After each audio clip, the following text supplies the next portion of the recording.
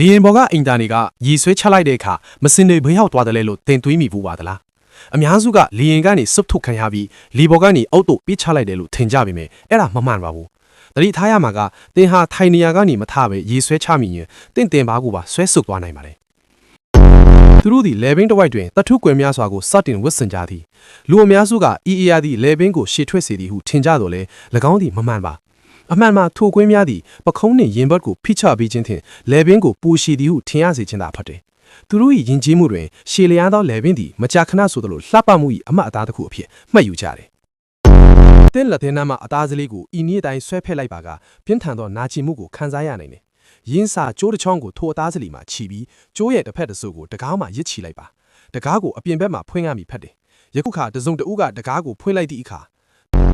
တင့်သွားတစ်ချောင်းကျိုးပဲ့သွားပါကသွားဆရာဝန်ကရွှေသွားတို့တက်ဆင်ပေးနိုင်ပါတယ်ဈေးကြီးသည်ဟုထင်ရတော့လဲရွှေသည်အံ့ဩခံမာကြောပါတယ်အခြားတတ်ထုရခဲ့သို့ကြီးမတက်တာကြောင့်ကြာရှည်ခံပါတယ်တိုးတော့အချိန်အခါမဟုတ်ပဲပြုံးပြတဲ့အခါမျိုးမှာတော့တခိုးများက